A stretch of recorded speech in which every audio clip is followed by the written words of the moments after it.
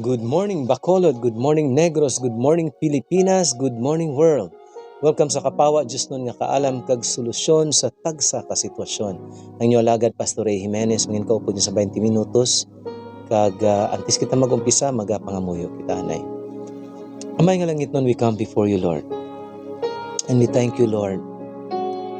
We desire that Lord our lives will be empowered by your grace, by the sufficiency, Lord, of what you have done at the cross of Calvary, Lord, in which all grace, Lord, has flowed to us sinners, to us, Lord God, imperfect creatures, to us, Lord, weak individuals.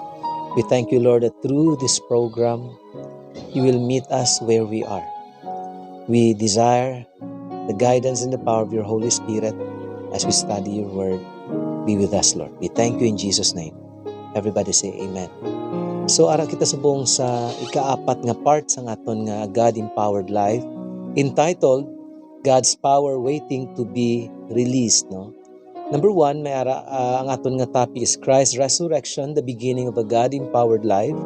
Number 2, all the believers has power and authority. And number 3, the power of God brought us out from darkness into light.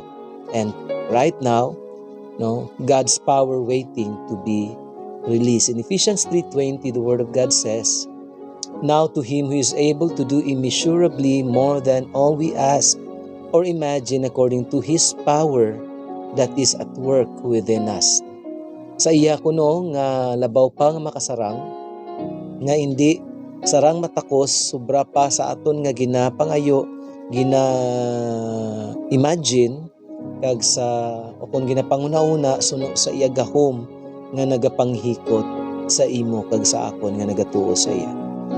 In the easy English translation, God is able to do so much more than we could ever ask. He is able to do so very much more than we could ever think. He does such great things because He works so powerfully in us. Gusto sang Ginoong trabahoon ang aton mga tagipusoon, ang aton mga kabuhi, ang aton mga imperfections, ang aton mga shortcomings, ang aton mga fears, mga doubts, no? So He works so powerfully in us. If God can work powerfully in us, He can work powerfully through us. Kung kaya sang Ginoong ayuhon ang aton balatian, God can also heal ang balatian sang iban paagi sa aton. Amen.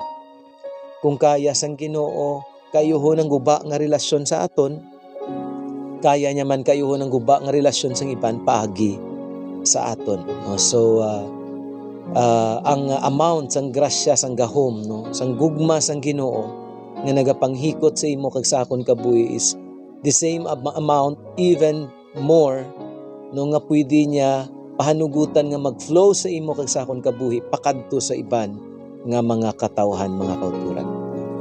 Let's try to read in Message translation, Ephesians 3:20. God can do anything, far more than you could ever imagine or guess or request in your wildest dreams. No? He does it not by pushing us around, but by working within us, His Spirit deeply and gently within us. God is able. That's number 1. No? God is able. God can do anything. Amen. God can do anything. Hallelujah. God's power waiting to be released sa imo kag sa akon kabuhi. We take this position kinanglan nga aton anay nga plastaron ang aton nga mga panguna-una sa sini nga disposition kasarang ang Dios. No? Hambalay mo kaugalingon, kasarang ang Diyos. Hambala ang imo tupad dira, kasarang ang Diyos. No? Because God can do anything. With God, nothing is impossible. God's power waiting to be released. But ang pamangkot, paano? No? Paano nga gusto sang Ginoo i-release ang yagahom sa imo kag sa akon nga kabuhi, mga kauturan? No? How? That's the big question. Number 1, ask. Hallelujah. Mangayo.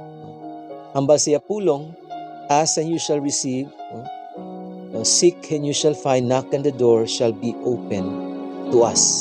In the Amplified Translation ng hambal dira, ask and continually ask, and you shall receive. No? Seek and continually seek, and you shall find. Knock and continually knock, and the door will be open to you. God is able to do so much more than we could ever ask. The problem is, a lot of us, we don't have the faith nga mangayo sa Ginoo. First, we don't have the relationship. Medyo sa aton pamatyagan, hindi kita takos magpalapit sa Ginoo, or medyo daw ka-awkward nga mangayo pa kita sa Ginoo, kung pwede mo lang mangayo kita sa iban, o kung paning kasugantan lang sa aton kaugalingon. We need to ask. Asking God, no? Prayer, mga kauturan, is talking to God. And part sinadra mga kauturan sa aton nga pag-istorya sa Ginoo. We need to ask Him, not only nga daw ginahimo ta grocery store ang Ginoo or ATM machine or kaangay do spare tire, but sincerely sa aton nga mga tagipusoon, mangayo gid kita sa Ginoo, because asking, mga kauturan, represents relationship. Di ka man mangayo sa tawo, no? That's why kung sino-sino na mangayo sa imo ya daw, no, diskumpiyado kita maghatag. Pero kung may mangayo sa imo, especially kinahanglan gid kag may kapasidad man lang kita nagahatag, especially kung ang tawo nga nagapangayo sa aton hindi man iban, no? Kag kita, mga kauturan, we have the right to ask sa Ginoo, because we are the beloved sons and daughters of God. No, kag ang Ginoo, mga kauturan, it's a symbol, it's a sign of faith, no, kung mangayo kita sa iya. Meaning, no, we acknowledge Him as our source. We acknowledge God, mga kauturan, that He is our ultimate source. We acknowledge that God is generous. That's why nagapangayo kita sa aton nga Ginoo, mga abyan, no, mga kauturan. So we need to ask, because He is more than able to do so much more than we could ever ask. Ang pamangkot kung ay kita nagapangayo, ano ang so much more ngay mo sa Ginoo? Ano, paano niya ipakita, no? Kag i-display sa imo kabuhi, kag akon kabuhi, ang iya gahom, mga kauturan, sa imong mga sirkumstansya. Asking activates what must going to happen in line with God's will. Ang pagpangayo sa Ginoo, naga-activate, no? Naga-release ang gahom nga matabo ang dapat matabo. Hindi man kita mangayo, of course, sa kung ano-ano lang sa Ginoo. Ang ato nakita nga allowable, anong nakita naton, mga kauturan, kinahanglan makapamayo, hindi makahalit sa aton sigaparehos, makaymaya sa Ginoo, no? Asking activates what must going to happen in line with God's will. Asking releases God's ability over our needs and situations. Dapat mangayo gid kita. Kaysa mo na nga pamaagi ka-release ang abilidad ang gahom sang Ginoo sa aton mga panginanglanon kag sa aton mga sitwasyon. We need to ask in faith, no? Ask in faith. James 1:6, but when he asks, he must believe and do not doubt, because he who doubts is like a wave of the sea blown and tossed by the wind.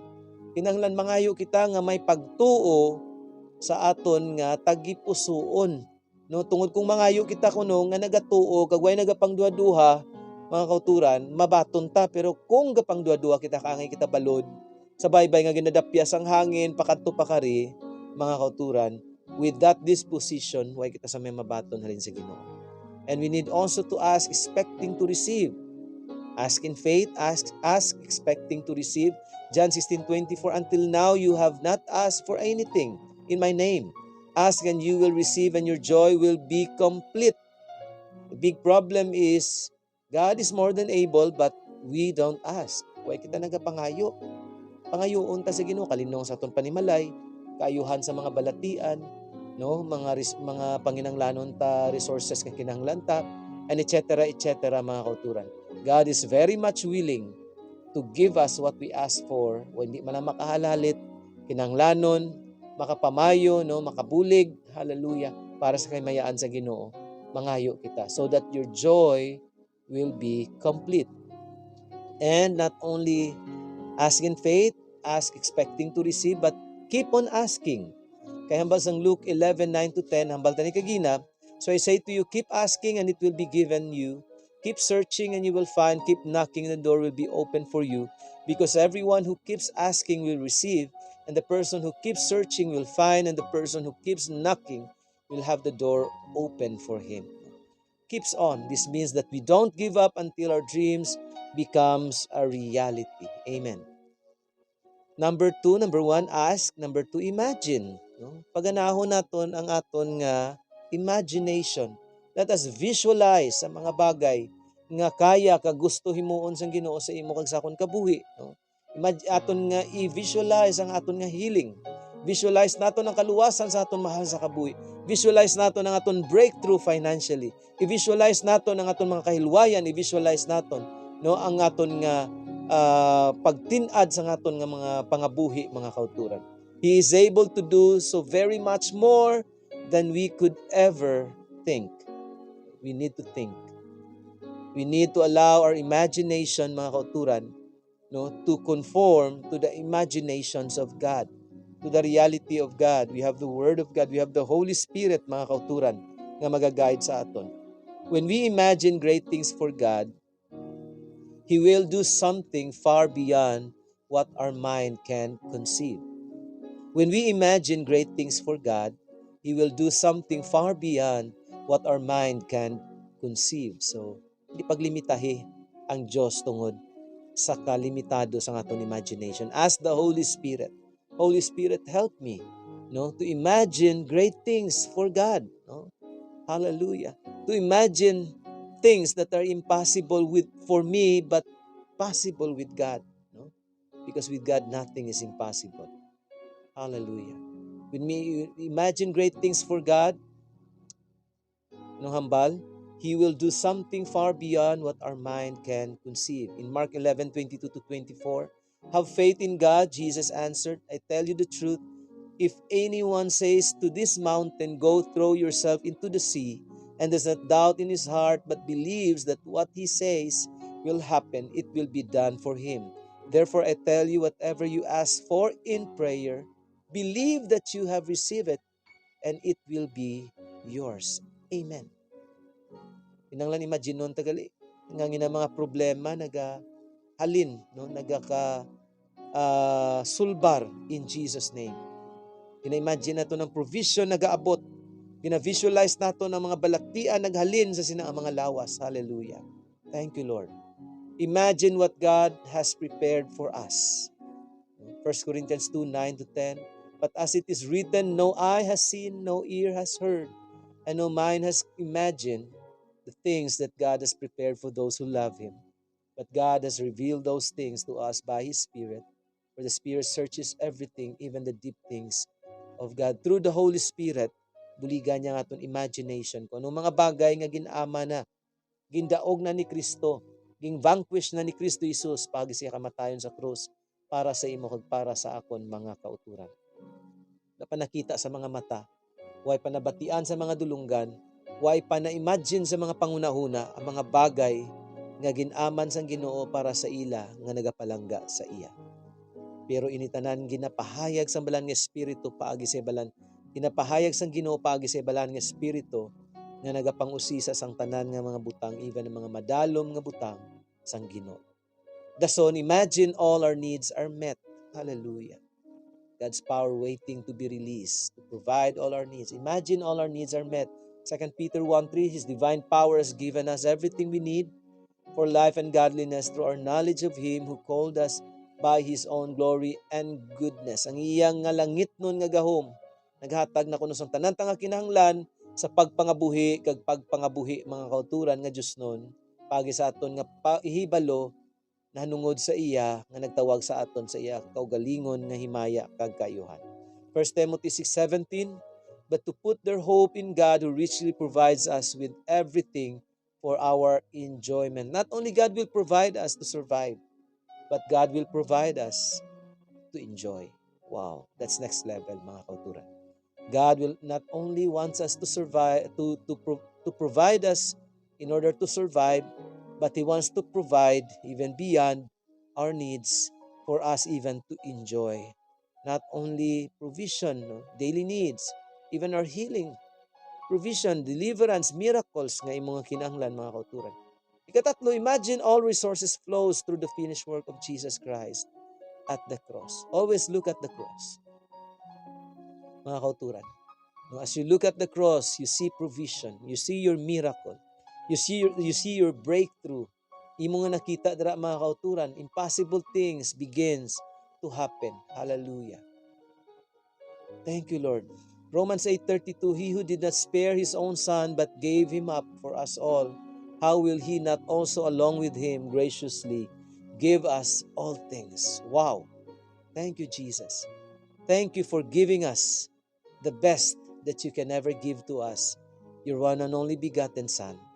And because you have given Jesus, you can also give us everything that we need, even sometimes our desires. Lord, mga imposible nga mga bagay Ginoo nga amon Lord nga ginadala sa imo sa pangamuyo. Amon ginakutib sa imo Ginoo, Lord sa sikreto. Thank you Lord Jesus that you can graciously give us all things. Number 3, let God work in us. Pabay ilang nga magtrabaho ang Ginoo sa imo kay sakon. God's power waiting to be released. No? Let God work in us. He does such great things because He works so powerfully in us. Let God do something with our hearts. No? Una-unahon sang Ginoo, gusto sang Ginoo-unahon ang aton nga heart so that God can work through us in a mighty way. No? Kung kaya sang Ginoo nga baguhon, tandugon, pabakuron ang imo nga tagipusoon, kaya niya kagamiton sa mga makatalanhaga kag mga pinasahi nga mga pamaagi. God's power, my friend, is waiting to be released as we ask, as we imagine, as we let God. No? Let God work in us. Let God work in our circumstances. Let God work, mga kauturan, in our weaknesses. Let God work in our shortcomings. Papailang ang Ginoo. Kung kita lang ang ma-work, no? Pabayaan ta lang, no? Lagan pa kita sa mga psychiatrist, okay man na. Pero pabay-iba lang ang Ginoo magtrabaho sa imo. Pabay-iba lang ang Ginoo magtrabaho sa imong tagipusoon, kagakon tagipusoon. And His power will just begin to flow mightily sa imo kag sakon kabuhi. Because His power is just waiting to be released, mga kauturan, as we ask. So what are you waiting for? Napangayo na sa Ginoo. Anong pangayoon mo? Inang budlay gid. Wala ito challenge yung mga kauturan. Pangayua sa Ginoo ang hindi mo gid kaya himuon. Pangayua sa Ginoo ang mga bagay, mga kauturan nga daw kay imposible gid. Pangayua sa Ginoo ang daw ko urgently needed mo gid sa subong nga time. And as you ask God, imagine nga imo ginapangayo sa Ginoo, nagapakadto na. That's why kami diri sa church, mga kauturan, why kami na hindi uso ang way gid ko kwarta. Ang uso diya, ang kwarta ko gapakadto pa lang. Hallelujah. Kumusta pa matsyag mo, Brad? Hindi kami maghambal nga. Hindi kayo maghambal nga baw aryo gabalatian ang ginahambal. Mayo man ang akon nga healing gapakadto na. No? Dali na lang ko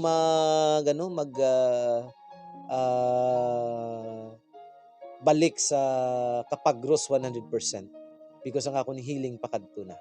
So wala ta ginahambal ang wala kundi ang aton nga mindset is pakadto na. God is working. God's power waiting to be released as we ask God, as we imagine those things that we ask God for is coming our way from the north, south, east, west, mga kauturan. And as we wait, tungkol mahulat kita no? Mahulat kita sa aton ginpangayo, sa mga gina-imagine ta nga himuon sang Ginoo. Let God, base sa aton nga paghulat, mga kauturan, na the best thing nga matabo is as we wait, God is changing our hearts. God is moving in our lives. God is teaching us, mga kauturan, kung paano magpaubos, paano mangin pasensyoso. Natudloan kita sang Ginoo kung paano mangin matinuohon, kung paano nga hindi dali-dali mangutos sa sitwasyon, mga utod. So my friends, what are you waiting for? Ask God. Imagine it's coming your way. And on the process, allow God to move, to shape us, to mold us, mga kauturan, in His ways. Hallelujah. Thank you, Jesus. I want to ask you to pray with me. Father God, we come to you. We thank you, Lord, for the God-empowered life that you have called us into. Thank you, Lord, that your power is waiting to be released. And you are teaching us how. We just need to ask you in faith. Lord, hallelujah. Ask you, expecting to receive. Lord God, to ask you, Lord, and continually ask you, Lord, until the reality of your promise becomes, Lord God, imminent sa amon kabuhi. We thank you, Lord. that as we ask you, O God, Holy Spirit, teach us to be creative with our mind. Na-imagine namon, Lord, that's part of faith. Lord God, we need to ask in faith. We need to imagine that what we ask you, Lord, is already coming our way. Kaglapit na lang, hallelujah. Nga maghahambal kami, Lord, lapit na lang, O Ginoo.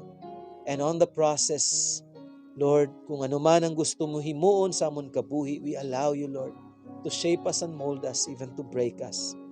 And Lord God, to make us anew. Lord God, to make us the person that you want us to be. Lord God, to glorify your name. We thank you, we bless you, in the mighty name of Jesus. And everybody say, Amen. Wow. Thank you, thank you, thank you sa inyong time. And until next time, no, God bless us all. And bye-bye.